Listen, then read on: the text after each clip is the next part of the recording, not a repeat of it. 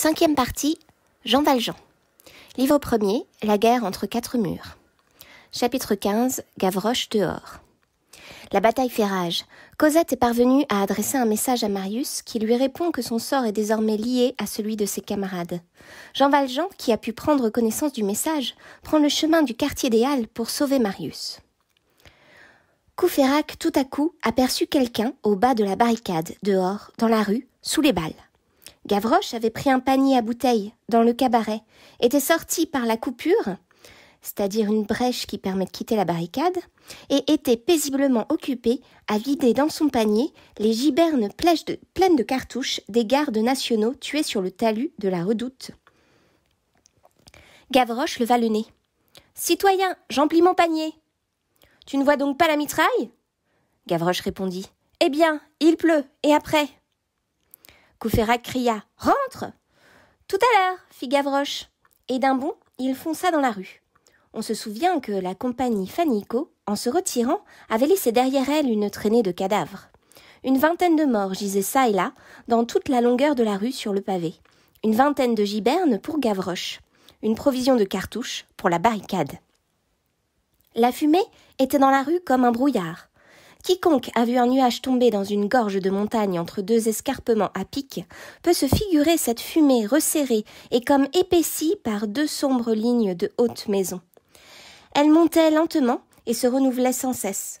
De là, un obscurcissement graduel qui blêmissait même le plein jour.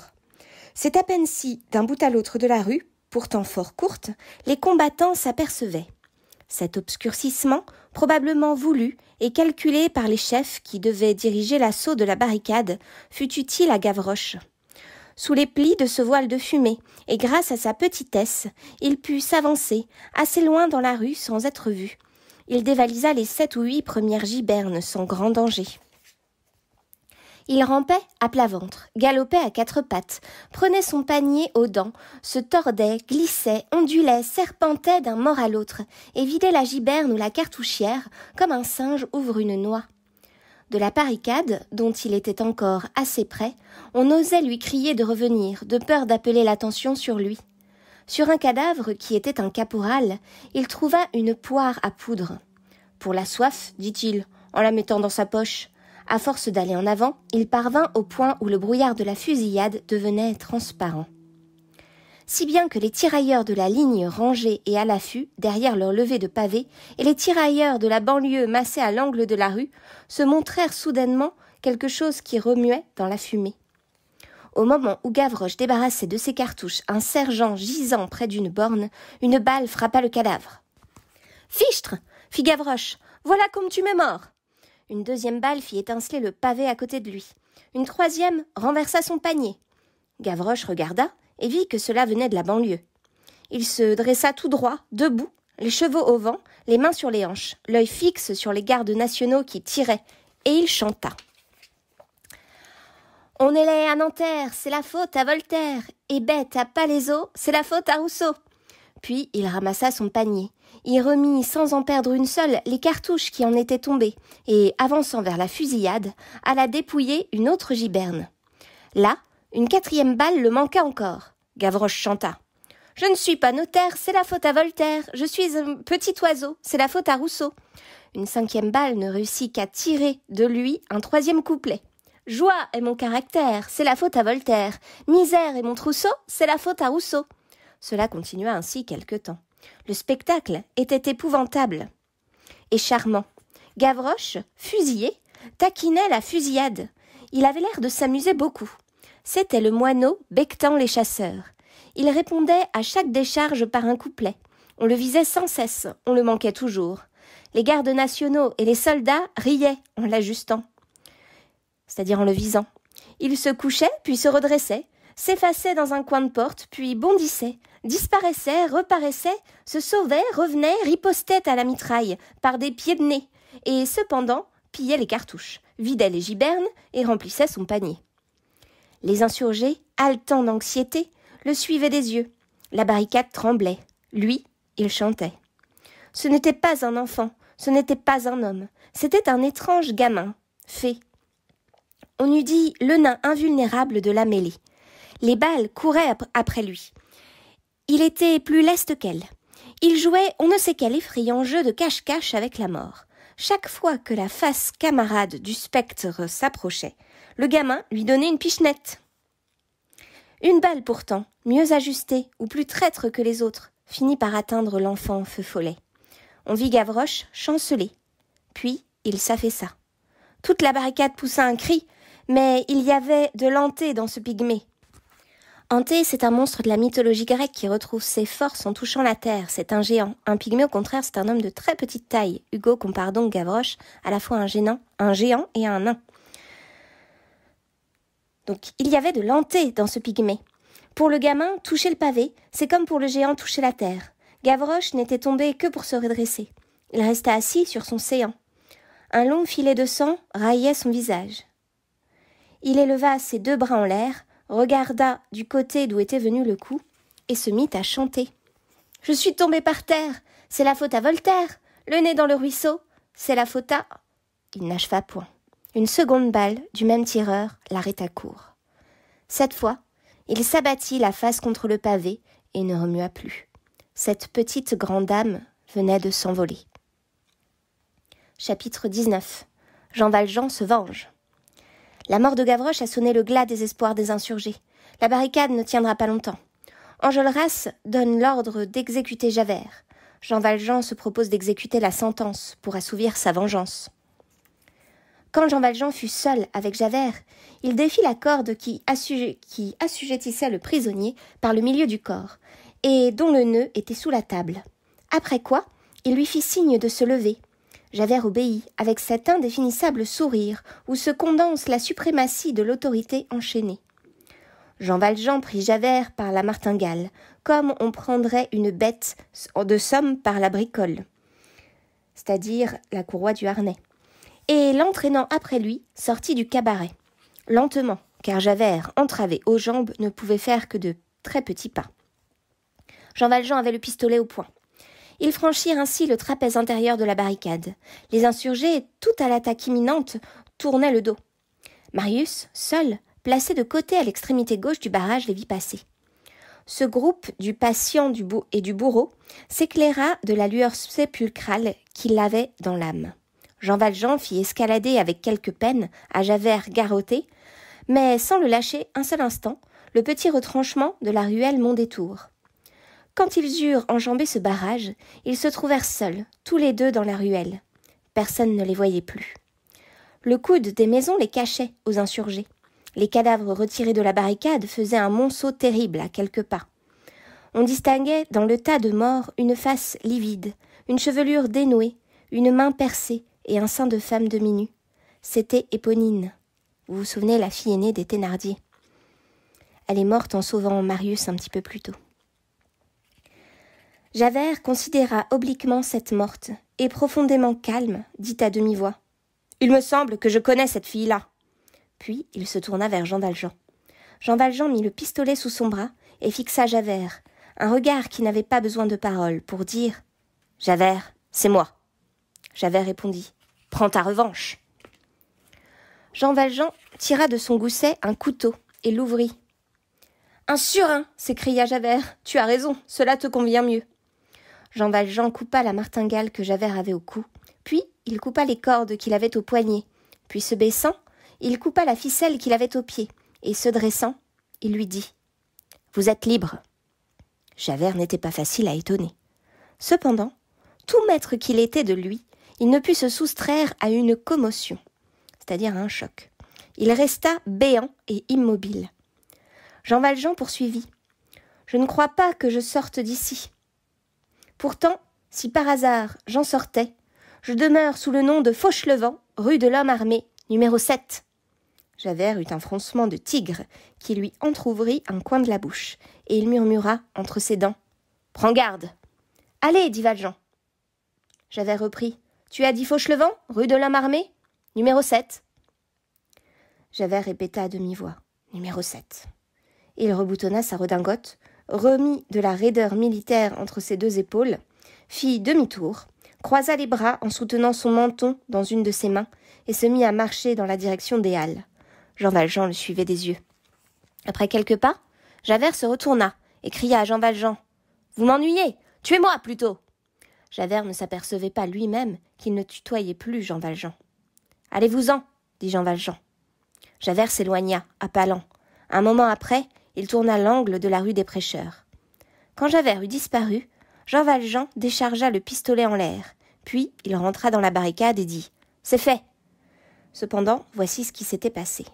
Marius, plus occupé du dehors que du dedans, n'avait pas jusque-là à regarder attentivement l'espion garrotté au fond obscur de la salle basse. Quand il le vit au grand jour, enjambant la barricade pour aller mourir, il le reconnut. Un souvenir subit lui entra dans l'esprit. Il se rappela l'inspecteur de la rue Pontoise et les 2 pistolets qu'il lui avait remis et dont il s'était servi, lui, Marius, dans cette barricade même. Et non seulement il se rappela la figure, mais il se rappela le nom. Ce souvenir, pourtant, était brumeux et trouble, comme toutes ses idées. Ce ne fut pas une affirmation qu'il se fit, ce fut une question qu'il s'adressa. « Est-ce que ce n'est pas là cet inspecteur de police qui m'a dit s'appeler Javert ?» Peut-être était-il encore temps d'intervenir pour cet homme, mais il fallait d'abord savoir si c'était bien ce Javert.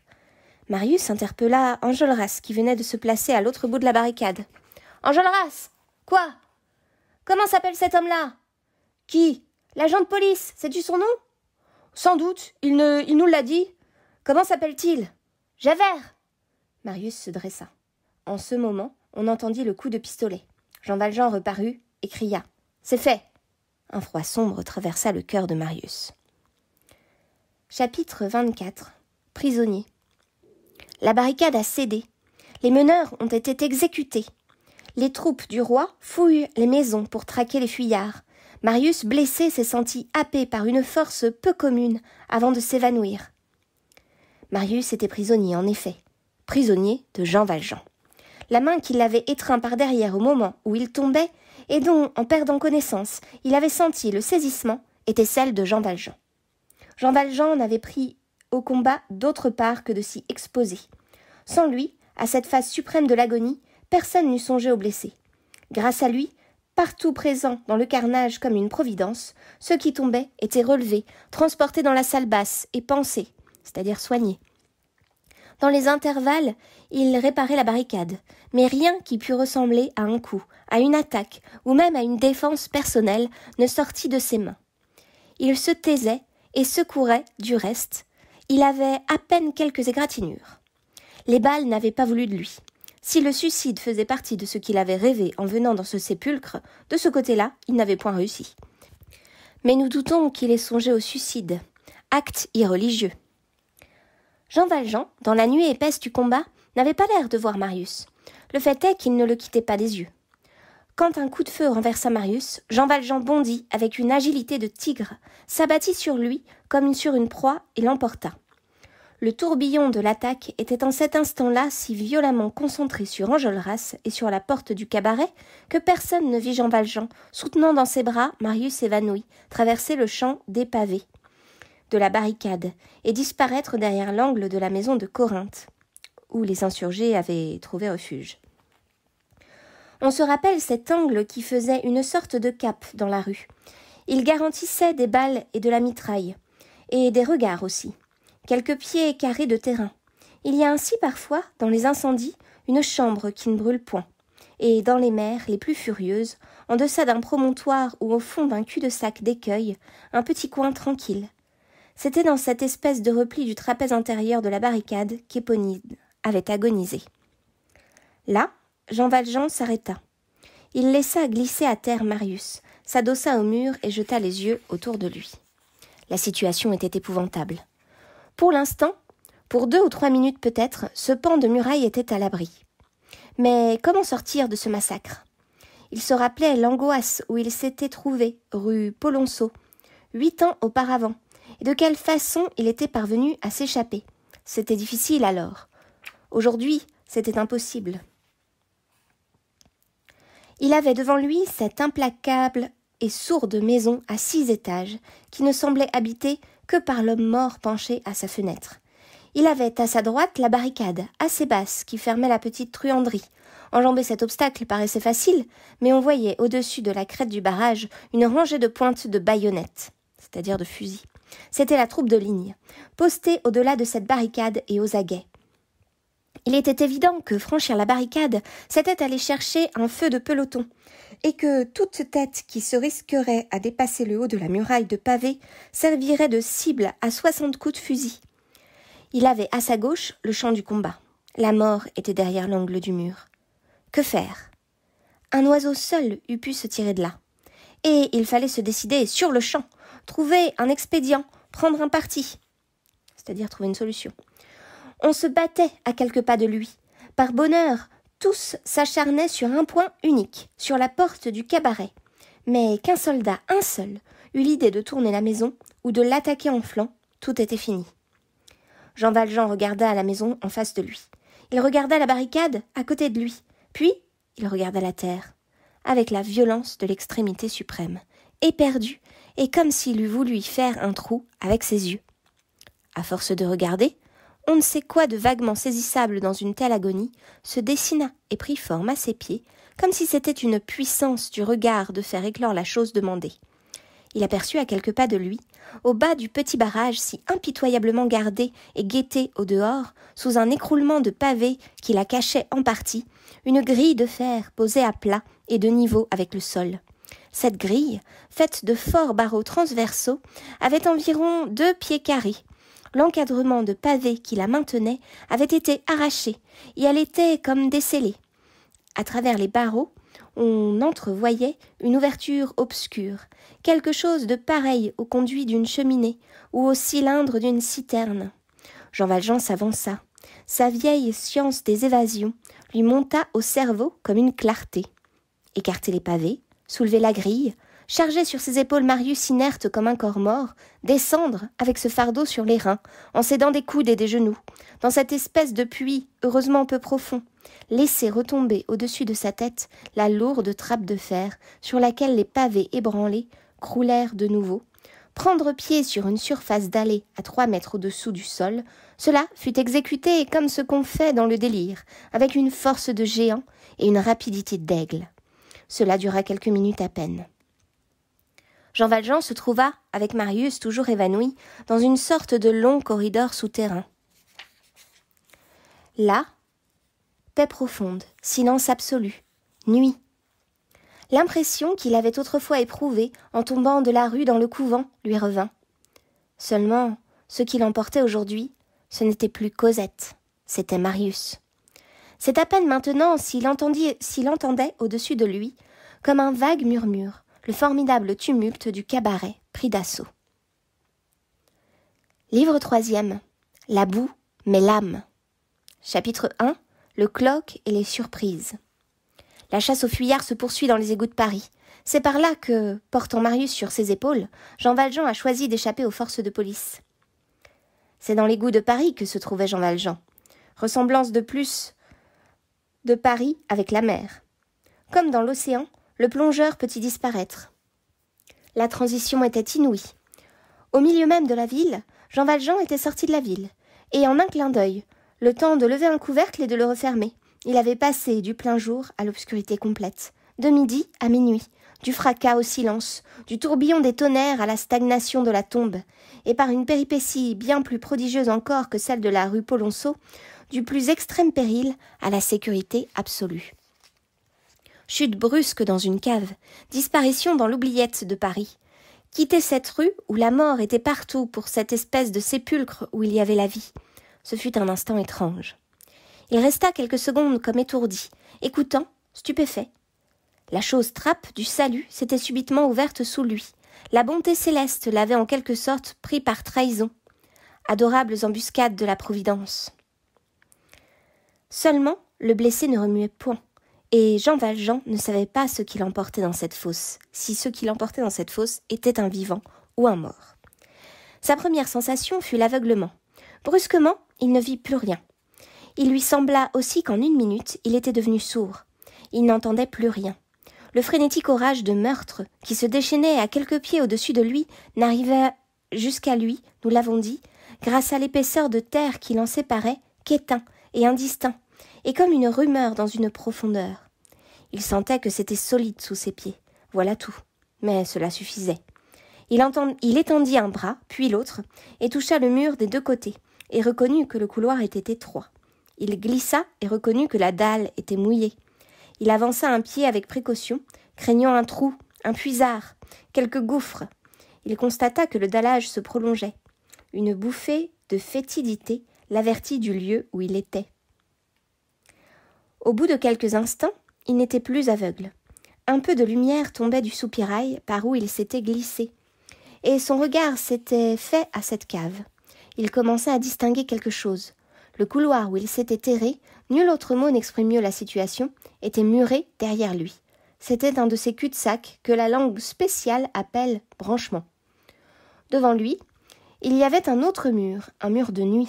La clarté du soupirail expirait à 10 ou 12 pas du point où était Jean Valjean, et faisant à peine une blancheur blafarde sur quelques mètres de la paroi humide de l'égout. Au-delà, l'opacité était massive. Y pénétrer paraissait horrible, et l'entrée y semblait un engloutissement. On pouvait s'enfoncer, pourtant, dans cette muraille de brume.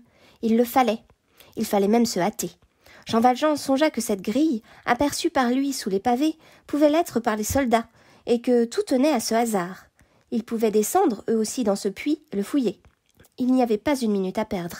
Il avait déposé Marius sur le sol. Il le ramassa, ceci est encore le mot vrai, le reprit sur ses épaules et se mit en marche. Il entra résolument dans cette obscurité. La réalité est qu'ils étaient moins sauvés que Jean Valjean ne le croyait. Des périls d'un autre genre et non moins grands les attendaient peut-être. Après le tourbillon fulgurant du combat, la caverne des miasmes et des pièges. Après le chaos, le cloaque. Jean Valjean était tombé d'un cercle de l'enfer dans un autre. Quand il eut fait 50 pas, il fallut s'arrêter. Une question se présenta. Le couloir aboutissait à un autre boyau, c'est-à-dire un autre étroit tunnel, qu'il rencontrait transversalement. Là s'offraient deux voies. Laquelle prendre? Fallait-il tourner à gauche ou à droite? Comment s'orienter dans ce labyrinthe noir? Ce labyrinthe, nous l'avons fait remarquer, a un fil. C'est sa pente. Suivre la pente, c'est aller à la rivière. Jean Valjean le comprit sur le champ. Il se dit qu'il était probablement dans l'égout des Halles, que s'il choisissait à gauche et suivait la pente, il arriverait avant un quart d'heure à quelque embouchure de la Seine, entre le pont d'Au Change et le pont Neuf, c'est-à-dire à une apparition en plein jour sur le point le plus peuplé de Paris. Peut-être aboutirait-il à quelques cagnards de carrefour, une sortie d'égout, c'est-à-dire. Stupeur des passants de voir deux hommes sanglants sortir de terre sous leurs pieds. Survenus, des sergents de ville, prises d'armes du corps de garde voisin, on serait saisi avant d'être sortis. Il valait mieux s'enfoncer dans le dédale, se fier à cette noirceur, et s'en remettre à la providence quant à l'issue. Il remonta la pente et prit à droite. Quand il eut tourné l'angle de la galerie, la lointaine lueur du soupirail disparut.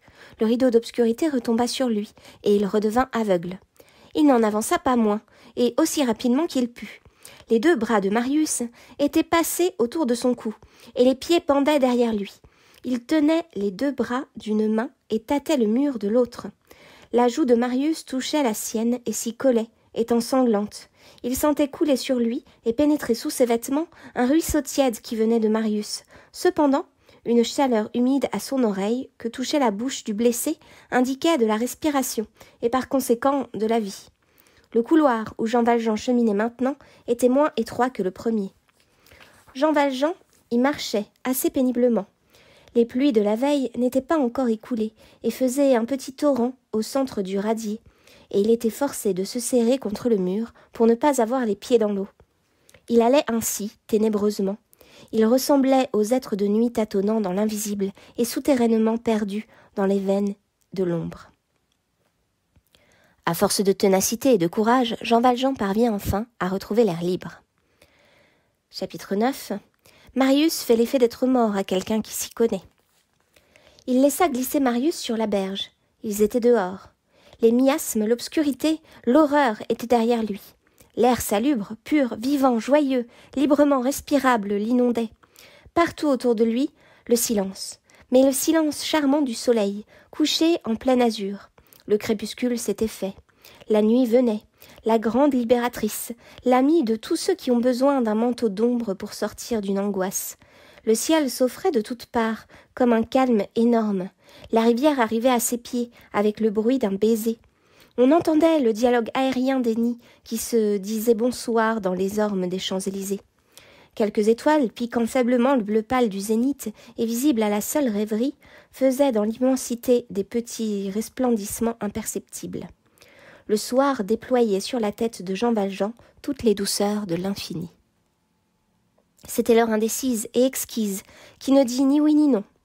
Il y avait déjà assez de nuit pour qu'on pût s'y perdre à quelque distance, et encore assez de jours pour qu'on pût s'y reconnaître de près. Jean Valjean fut pendant quelques secondes irrésistiblement vaincu par toute cette sérénité auguste et caressante. Il y a de ces minutes d'oubli. La souffrance renonce à harceler le misérable. Tout s'éclipse dans la pensée.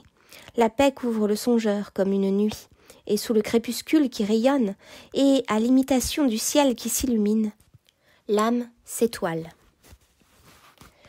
Jean Valjean ne put s'empêcher de contempler cette vaste ombre claire qu'il avait au-dessus de lui. Pensif, il prenait dans le majestueux silence du ciel éternel un bain d'extase et de prière. Puis, vivement, comme si le sentiment d'un devoir lui revenait, il se courba vers Marius, et puisant de l'eau dans le creux de sa main, il lui en jeta doucement quelques gouttes sur le visage. Les paupières de Marius ne se soulevèrent pas. Cependant, sa bouche entr'ouverte respirait. Jean Valjean allait plonger de nouveau sa main dans la rivière quand tout à coup, il sentit je ne sais quelle gêne, comme lorsqu'on a, sans le voir, quelqu'un derrière soi. Nous avons déjà indiqué ailleurs cette impression que tout le monde connaît. Il se retourna. Comme tout à l'heure, quelqu'un, en effet, était derrière lui.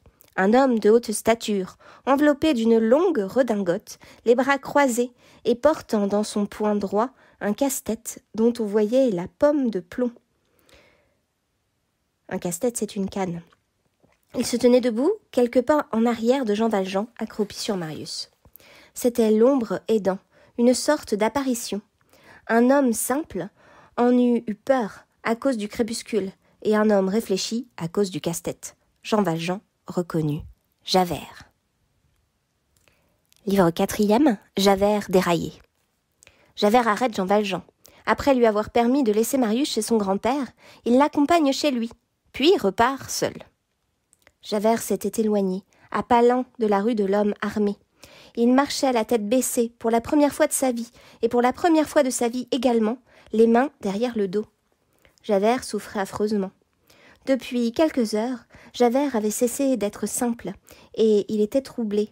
Ce cerveau si limpide dans sa cécité avait perdu sa transparence. Il y avait un nuage dans ce cristal. Javert sentait dans sa conscience le devoir se dédoubler, et il ne pouvait se le dissimuler. Quand il avait rencontré si inopinément Jean Valjean sur la berge de la Seine, il y avait eu en lui quelque chose du loup qui ressaisit sa proie et du chien qui retrouve son maître. Il voyait devant lui 2 routes également droites, toutes 2, mais il en voyait 2, et cela le terrifiait. Lui qui n'avait jamais connu dans sa vie qu'une ligne droite. Et, angoisse poignante, ces 2 routes étaient contraires. L'une de ces 2 lignes droites excluait l'autre.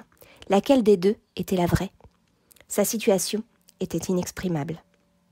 Devoir la vie à un malfaiteur, accepter cette dette et la rembourser, être en dépit de soi-même de plein pied avec un repris de justice et lui payer un service avec un autre service, se laisser dire « va-t'en » et lui dire à son tour « sois libre », sacrifier à des motifs personnels le devoir, cette obligation générale, et sentir dans ces motifs personnels quelque chose de général aussi et de supérieur peut-être, trahir la société pour rester fidèle à sa conscience, que toutes ces absurdités se réalisent et qu'elles vinssent s'accumuler sur lui-même, c'est ce dont il était atterré.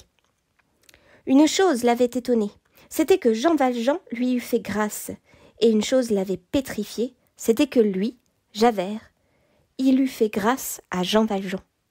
Où en était-il? Il se cherchait et ne se trouvait plus. Que faire maintenant? Livrer Jean Valjean, c'était mal. Laisser Jean Valjean libre, c'était mal. Dans le premier cas, l'homme de l'autorité tombait plus bas que l'homme du bagne.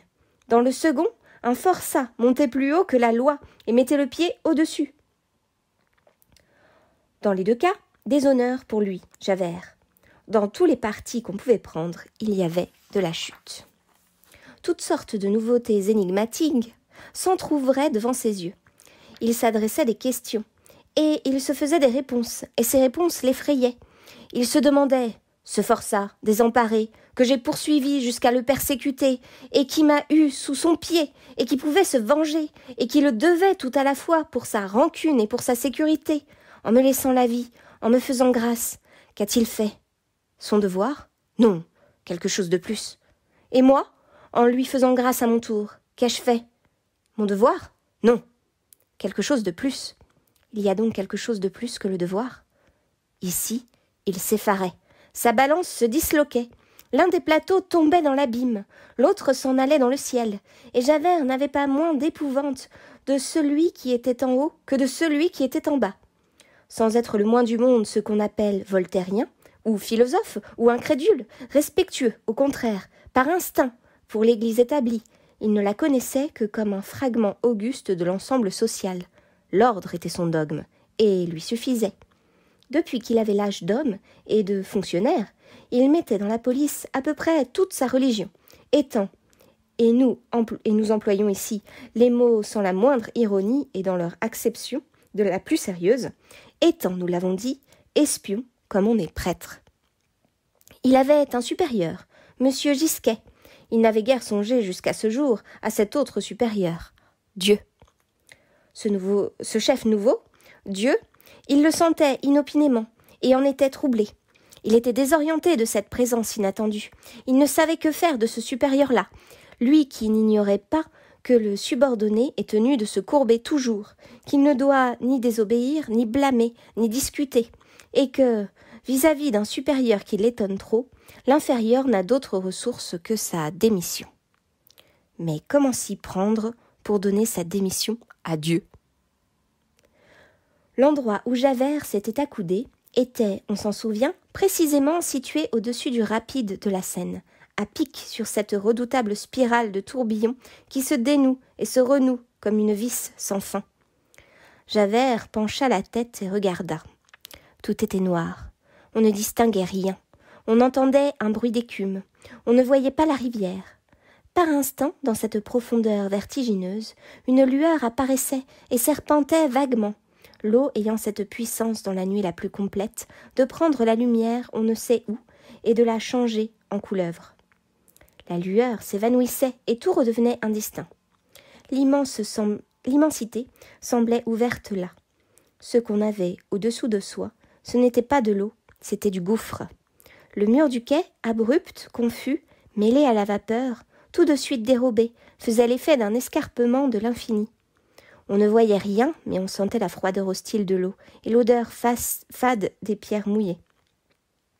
Un souffle farouche montait de cet abîme, le grossissement du fleuve, plutôt deviné qu'aperçu, le tragique chuchotement du flot, l'énormité lugubre des arches du pont, la chute imaginable dans ce vide sombre, toute cette ombre était pleine d'horreur. Javert demeura, quelques minutes, immobile. Regardant cette ouverture de ténèbres, il considérait l'invisible avec une fixité qui ressemblait à de l'attention. L'eau bruissait. Tout à coup, il ôta son chapeau et le posa sur le rebord du quai. Un moment après, une figure haute et noire, que de loin quelque passant attardé eût pu prendre pour un fantôme, apparut debout sur le parapet, se courba vers la Seine, puis se redressa, et tomba, droite dans les ténèbres. Il y eut un clapotement sourd, et l'ombre seule fut dans le secret des convulsions de cette forme obscure disparue sous l'eau. Livre 6e, La nuit blanche. Chapitre 2. Jean Valjean a toujours son bras en écharpe. Marius et Cosette peuvent enfin se marier, en présence du grand-père de Marius et de Jean Valjean, dont Marius ignore la véritable identité, et que c'est lui qui l'a sauvé des barricades. Réaliser son rêve. À qui cela est-il donné? Il doit y avoir des élections pour cela dans le ciel. Nous sommes tous candidats à notre insu. Les anges votent. Cosette et Marius avaient été élus. Cosette, à la mairie et dans l'église, était éclatante et touchante. C'était Toussaint, aidé de Nicolette, qui l'avait habillée. Cosette avait une jupe de taffetas blanc, sa robe de gipure de Binche, un voile de point d'Angleterre, un collier de perles fines, une couronne de fleurs d'oranger. Tout cela était blanc, et dans cette blancheur, elle rayonnait. C'était une candeur exquise, se dilatant et se transfigurant dans la clarté. On eût dit une vierge en train de devenir déesse. Les beaux cheveux de Marius étaient lustrés et parfumés. On entrevoyait çà et là, sous l'épaisseur des boucles, des lignes pâles qui y étaient les cicatrices de la barricade. Le grand-père, superbe, la tête haute, amalgamant plus que jamais dans sa toilette et dans ses manières toutes les élégances du temps de Barras, conduisait Cosette. Il remplaçait Jean Valjean, qui, à cause de son bras en écharpe, ne pouvait donner la main à la mariée. Jean Valjean, en noir, suivait et souriait. « Monsieur Fauchelevent, lui disait l'aïeul, voilà un beau jour. Je vote la fin des afflictions et des chagrins. Il ne faut plus qu'il y ait de tristesse nulle part désormais. Pardieu, je décrète la joie. Le mal n'a pas le droit d'être. Qu'il y ait des hommes malheureux, en vérité, cela est honteux pour l'azur du ciel. Le mal ne vient pas de l'homme qui, au fond, est bon. Toutes les misères humaines ont pour chef-lieu et pour gouvernement central l'enfer. Autrement dit, les Tuileries du diable. Bon, voilà que je dis des mots démagogiques à présent. Quant à moi, je n'ai plus d'opinion politique. Que tous les hommes soient riches, c'est-à-dire joyeux, voilà à quoi je me borne. Quant à l'issue de toutes les cérémonies, après avoir prononcé devant le maire et devant le prêtre tous les oui possibles, après avoir signé les registres à la municipalité et à la sacristie, après avoir échangé leurs anneaux, après avoir été à genoux coude à coude sous le poêle de moire blanche dans la fumée de l'encensoir, ils arrivèrent, se tenant par la main, admirés et enviés de tous, monsieur Marius en noir, elle en blanc, précédé du Suisse à épaulettes de colonel, frappant les dalles de sa hallebarde, entre deux haies d'assistants émerveillés, sous le portail de l'église ouvert à 2 battants, prêts à remonter en voiture, et tout étant fini. Cosette ne pouvait encore y croire. Elle regardait Marius, elle regardait la foule, elle regardait le ciel. Il semblait qu'elle eût peur de se réveiller. Son air étonné et inquiet lui ajoutait on ne sait quoi d'enchanteur. Pour s'en retourner, ils montèrent ensemble dans la même voiture. Marius près de Cosette. Monsieur Gillenormand et Jean Valjean leur faisaient vis-à-vis. La tante Gillenormand avait reculé d'un pan et était dans la seconde voiture. « Mes enfants, disait le grand-père, vous voilà monsieur le baron et madame la baronne, avec 30 000 livres de rente. » Marius a en effet hérité du titre de baron de son père, que Napoléon en personne avait anobli. Et Cosette, se penchant tout contre Marius, lui caressant l'oreille de ce chuchotement angélique. « C'est donc vrai? Je m'appelle Marius, je suis madame toi ?» Ces deux êtres resplendissaient. Ils étaient à la minute irrévocable et introuvable, à l'éblouissant point d'intersection de toute la jeunesse et de toute la joie. Ils réalisaient le vers de Jean Prouvaire à eux deux. Ils n'avaient pas 40 ans. C'était le mariage sublimé. Ces 2 enfants étaient 2 lys. Ils ne se voyaient pas, ils se contemplaient. Cosette apercevait Marius dans une gloire. Marius apercevait Cosette sur un autel. Et sur cet autel et dans cette gloire, les 2 apothéoses se mêlant, au fond, on ne sait comment, derrière un nuage pour Cosette, dans un flamboiement pour Marius, il y avait la chose idéale, la chose réelle, le rendez-vous du baiser et du songe, l'oreiller nuptial. Chapitre 3. L'inséparable. Jean Valjean rentra chez lui. Il alluma sa chandelle et monta. L'appartement était vide. Toussaint elle-même n'y était plus. Le pas de Jean Valjean faisait dans les chambres plus de bruit qu'à l'ordinaire. Toutes les armoires étaient ouvertes. Il pénétrait dans la chambre de Cosette. Il n'y avait pas de drap au lit. L'oreiller de coutil sans taie et sans dentelle était posé sur les couvertures pliées, au pied des matelas dont on voyait la toile et où personne ne devait plus coucher. Tous les petits objets féminins auxquels tenait Cosette avaient été emportés. Il ne restait que les gros meubles et les 4 murs. Le lit de Toussaint était également dégarni. Un seul lit était fait et semblait attendre quelqu'un. C'était celui de Jean Valjean. Jean Valjean regarda les murailles, ferma quelques portes d'armoire, alla et vint d'une chambre à l'autre. Puis, il se retrouva dans sa chambre, et il posa sa chandelle sur une table. Il avait dégagé son bras de l'écharpe et il se servait de la main droite comme s'il n'en souffrait pas. Il s'approcha de son lit, et ses yeux s'arrêtèrent, fût-ce par hasard, fût-ce avec intention, sur l'inséparable, dont Cosette avait été jalouse, sur la petite malle qui ne le quittait jamais, Le 4 juin, en arrivant rue de l'Homme Armé, il l'avait déposé sur un guéridon près de son chevet. Il alla à ce guéridon avec une sorte de vivacité, prit dans sa poche une clé et ouvrit la valise.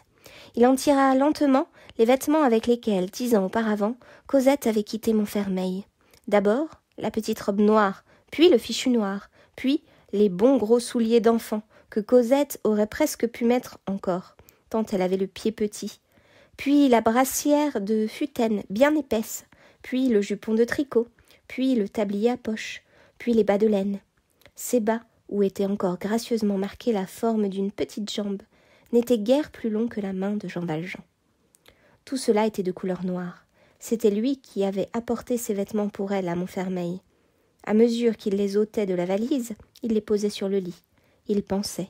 Il se rappelait. C'était en hiver, un mois de décembre très froid. Elle grelottait à demi nue dans des guenilles, ses pauvres petits pieds tout rouges dans des sabots. Lui, Jean Valjean, il lui avait fait quitter ses haillons pour lui faire mettre cet habillement de deuil. La mère avait dû être contente dans sa tombe de voir sa fille porter son deuil, et surtout de voir qu'elle était vêtue et qu'elle avait chaud. Il pensa à cette forêt de Montfermeil. Ils l'avaient traversée ensemble, Cosette et lui. Il pensait au temps qu'il faisait, aux arbres sans feuilles, au bois sans oiseaux, au ciel sans soleil. C'est égal, c'était charmant. Il en rangea les petites nippes sur le lit, le fichu près du jupon, les bas à côté des souliers, la brassière à côté de la robe, et il les regarda l'une après l'autre. Elle n'était pas plus haute que cela. Elle avait sa grande poupée dans ses bras, elle avait mis son louis d'or dans la poche de ce tablier, elle riait, et ils marchaient tous les deux, se tenant par la main. Elle n'avait que lui au monde. Alors, sa vénérable tête blanche tomba sur le lit. Ce vieux cœur stoïque se brisa, sa face s'abîma, pour ainsi dire, dans les vêtements de Cosette. Et si quelqu'un eût passé dans l'escalier en ce moment, on eût entendu d'effrayants sanglots.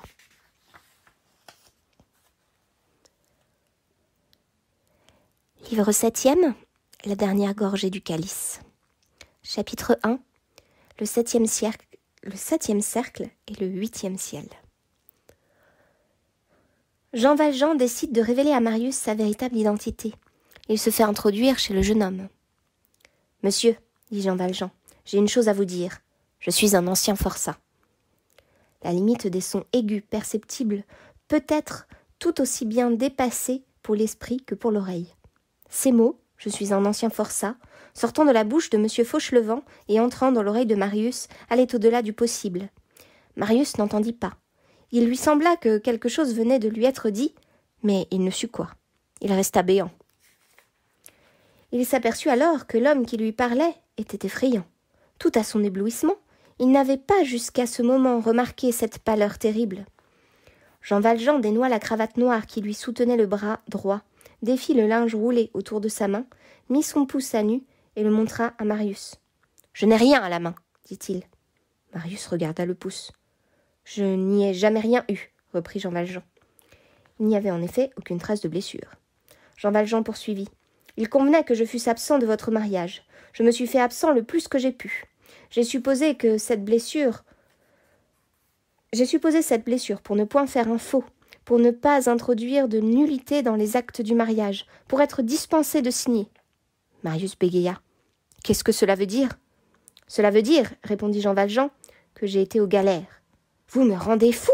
s'écria Marius, épouvanté. « Monsieur Pontmercy, dit Jean Valjean, j'ai été 19 ans aux galères, pour vol. Puis j'ai été condamné à perpétuité, pour vol, pour récidive. À l'heure qu'il est, je suis en rupture de ban, c'est-à-dire en infraction. » Marius avait beau reculer devant la réalité, refuser le fait, résister à l'évidence, il fallait s'y rendre. Il commença à comprendre, et comme cela arrive toujours en pareil cas, il comprit au-delà. Il eut le frisson d'un hideux éclair intérieur. Une idée qui le fit frémir, lui traversa l'esprit. Il entrevit dans l'avenir, pour lui-même, une destinée difforme, c'est-à-dire monstrueuse. « Dites tout, cria-t-il. Vous êtes le père de Cosette ?» Et il fit 2 pas en arrière avec un mouvement d'indicible horreur. Jean Valjean redressa la tête dans une telle majesté d'attitude qu'il sembla grandir jusqu'au plafond. « Il est nécessaire que vous me croyiez, si monsieur, et quoique notre serment à nous autres ne soit pas reçu en justice, Ici il fit un silence, puis, avec une sorte d'autorité souveraine et sépulcrale, il ajouta en articulant lentement et en pesant sur les syllabes. « Vous me croirez. Le père de Cosette? Moi? Devant Dieu, non. Monsieur le baron Pontmercy, je suis un paysan de Faverolles. Je gagnais ma vie à émonder les arbres. Je ne m'appelle pas Fauchelevent, je m'appelle Jean Valjean. Je ne suis rien à Cosette, rassurez-vous. » Marius balbutia. « Qui me prouve? Moi, puisque je le dis. » Marius regarda cet homme. Il était lugubre et tranquille. Aucun mensonge ne pouvait sortir d'un tel calme, ce qui est glacé et sincère. On sentait le vrai dans cette froideur de tombe. « Je vous crois, » dit Marius. Jean Valjean inclina la tête, comme pour prendre acte, et continua. « Qui suis-je pour Cosette? Un passant. Il y a 10 ans, je ne savais pas qu'elle existât. Je l'aime, c'est vrai. Un enfant qu'on a vu petite, étant soi-même déjà vieux, on l'aime.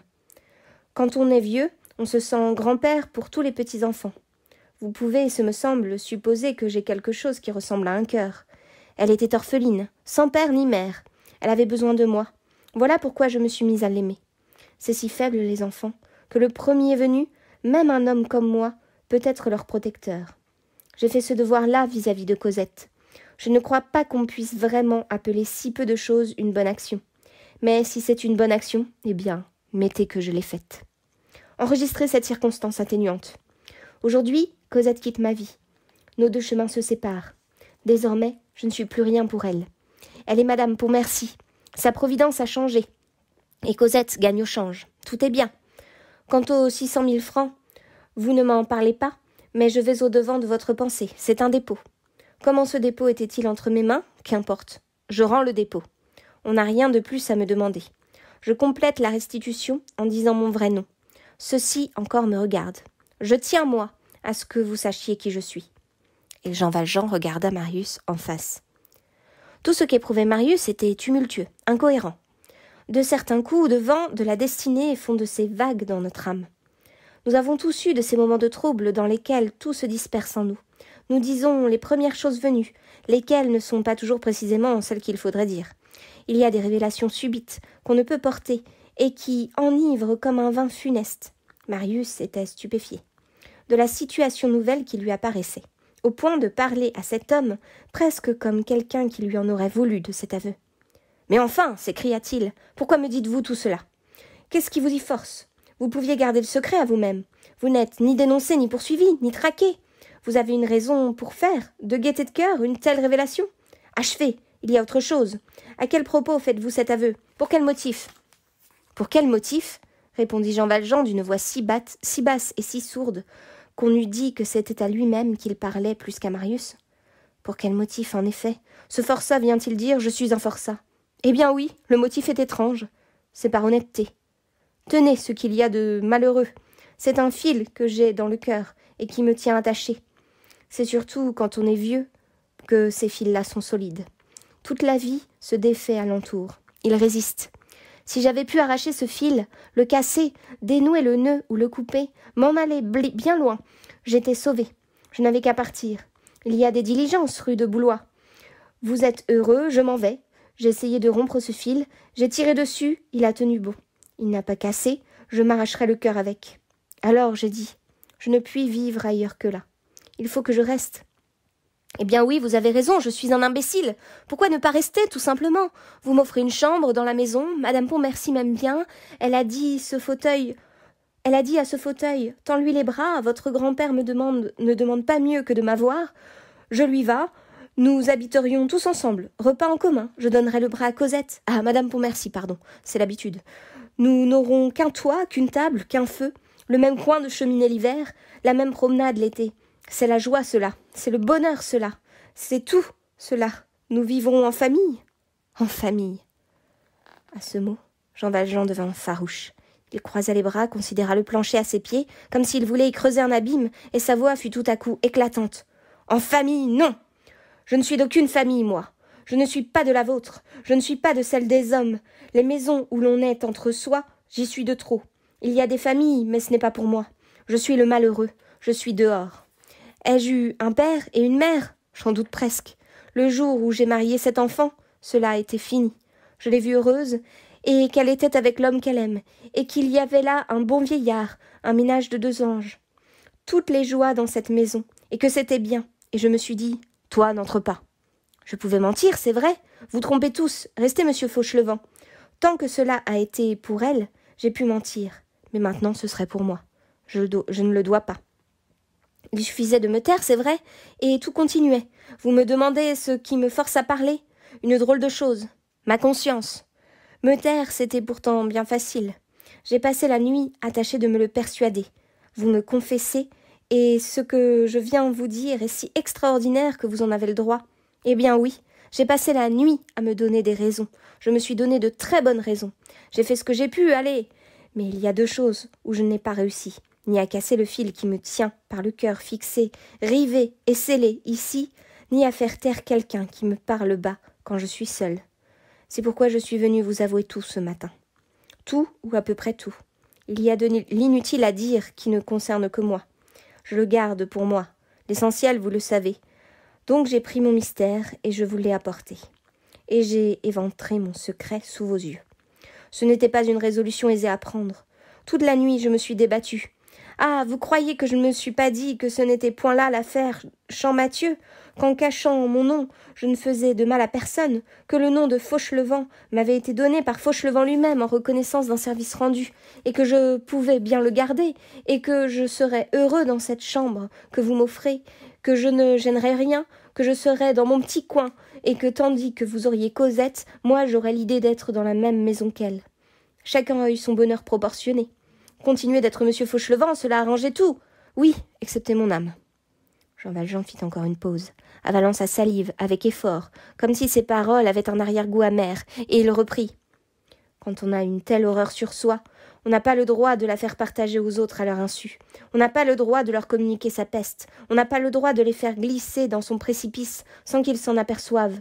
On n'a pas le droit de laisser traîner sa casaque rouge sur eux.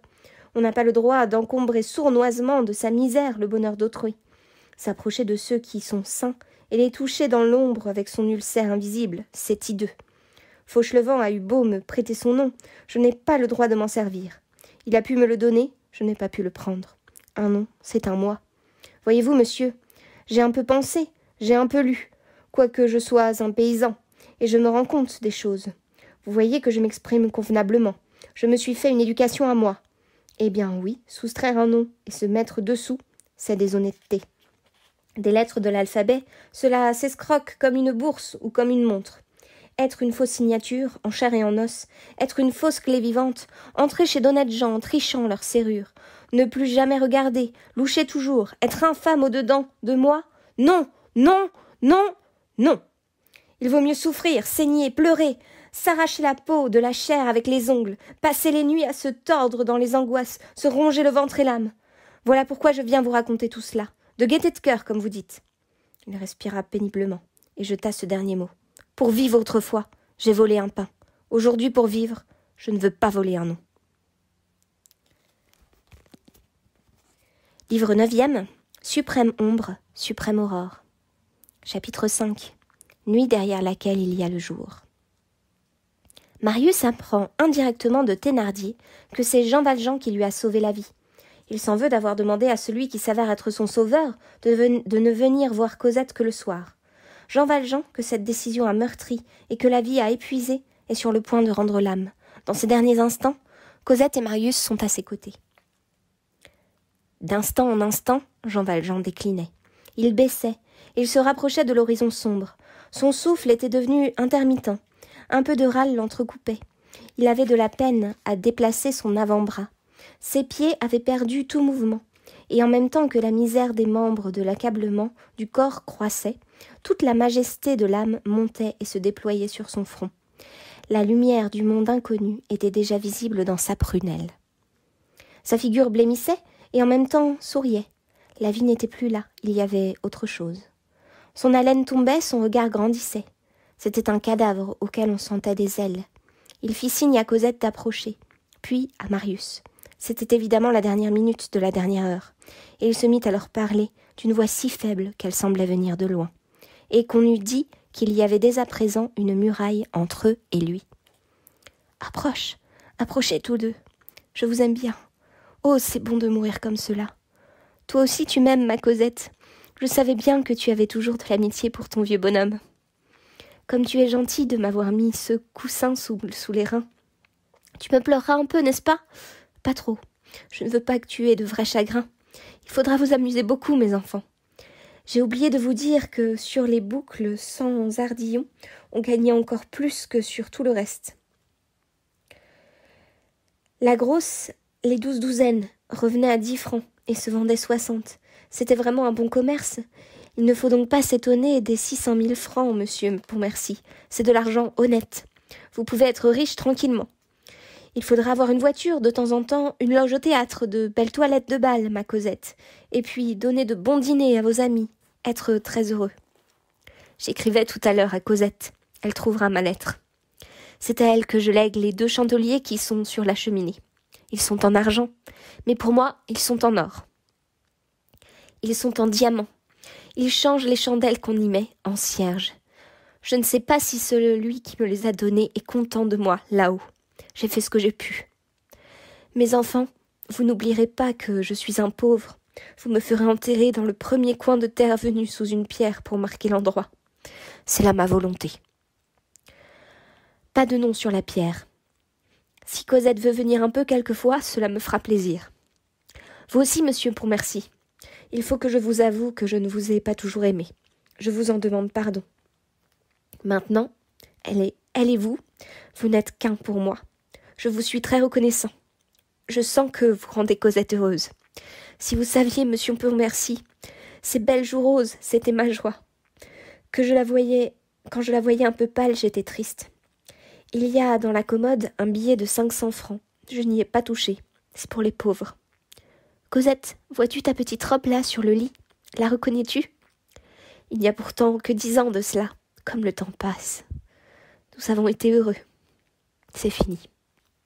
Mes enfants, ne pleurez pas. Je ne vais pas très loin. Je vous verrai de là. Vous n'aurez qu'à regarder quand il fera nuit. Vous me verrez sourire. Cosette, te rappelles-tu Montfermeil? Tu étais dans le bois. Tu avais bien peur. Te rappelles-tu quand j'ai pris l'anse du seau? C'est la première fois que j'ai touché ta pauvre petite main. Elle était si froide. Oh, vous aviez les mains rouges dans ce temps-là, mademoiselle. Vous les avez bien blanches maintenant. Et la grande poupée, te rappelles-tu? Tu l'as nommée Catherine. Tu regrettais de ne pas l'avoir emmenée au couvent, comme tu m'as fait rire des fois, mon doux ange. Quand il avait plu, tu embarquais sur les ruisseaux des brins de paille, et tu les regardais aller. Un jour, je t'ai donné une raquette en osier, et un volant avec des plumes jaunes, bleues, vertes. Tu l'as oublié, toi. Tu étais si espiègle, toute petite. Tu jouais, tu te mettais des cerises aux oreilles. Ce sont là des choses du passé. Les forêts où l'on a passé avec son enfant, les arbres où l'on s'est promené, les couvents où l'on s'est caché, les jeux, les bons rires de l'enfance. C'est de l'ombre. Je m'étais imaginé que tout cela m'appartenait. Voilà où était ma bêtise. Ces Thénardier ont été méchants. Il faut leur pardonner. Cosette, voici le moment venu de te dire le nom de ta mère. Elle s'appelait Fantine. Retiens ce nom-là, Fantine. Mets-toi à genoux toutes les fois que tu le prononceras. Elle a bien souffert. Elle t'a bien aimé. Elle a eu en malheur tout ce que tu as eu en bonheur. Ce sont les partages de Dieu. Il est là-haut, il nous voit tous. Et il sait ce qu'il fait au milieu de ces grandes étoiles. Je vais donc m'en aller, mes enfants. Aimez-vous bien toujours. Il n'y a guère autre chose que cela dans le monde. S'aimer. Vous penserez quelquefois au pauvre vieux qui est mort ici. Oh, ma Cosette, ce n'est pas ma faute, va, si je ne t'ai pas vue tous ces temps-ci. Cela me fendait le cœur. J'allais jusqu'au coin de la rue, je devais faire un drôle d'effet aux gens qui me voyaient passer. J'étais comme un fou. Une fois, je suis sortie sans chapeau. Mes enfants, voici que je ne vois plus clair. J'avais encore des choses à dire, mais c'est égal. Pensez à moi un peu. Vous êtes des êtres bénis. Je ne sais pas ce que j'ai, je vois de la lumière. Approchez encore, je meurs heureux. Donnez-moi vos chères têtes bien-aimées, que je mette mes mains dessus. Cosette et Marius tombèrent à genoux, éperdus, étouffés de larmes, chacun sur une des mains de Jean Valjean. Ses mains augustes ne remuaient plus. Il était renversé en arrière. La lueur des 2 chandeliers l'éclairait. Sa face blanche regardait le ciel. Il laissait Cosette et Marius couvrir ses mains de baisers. Il était mort. La nuit était sans étoiles et profondément obscure. Sans doute, dans l'ombre, quelque ange immense était debout, les ailes déployées, attendant l'âme. Chapitre 6. L'herbe cache et la pluie efface. Il y a au cimetière du Père-Lachaise, aux environs de la fosse commune, loin du quartier élégant de cette ville des sépulcres, loin de tous ces tombeaux de fantaisie qui étalent en présence de l'éternité les hideuses modes de la mort, dans un angle désert, le long d'un vieux mur sous un grand if auquel grimpent parmi les chiens-dents et les mousses, les liserons, une pierre.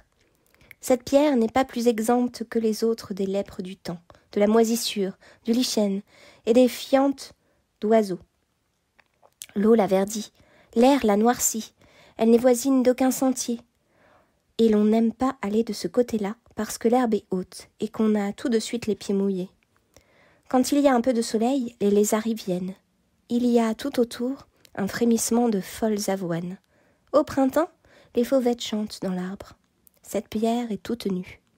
On a songé en la taillant qu'au nécessaire de la tombe. Et l'on a pris d'autres soins que de faire cette pierre assez longue et assez étroite pour couvrir un homme. On n'y lit aucun nom. Seulement, voilà de cela bien des années, déjà, une main y a écrit au crayon ces 4 vers qui sont devenus à peu illisibles, sous la pluie et la poussière, et qui probablement sont aujourd'hui effacés. Il dort. Quoique le sort fût pour lui bien étrange, il vivait. Il mourut quand il n'eut plus son ange. La chose simplement d'elle-même arriva, comme la nuit se fait lorsque le jour s'en va. Victor Hugo, Les Misérables, 1862.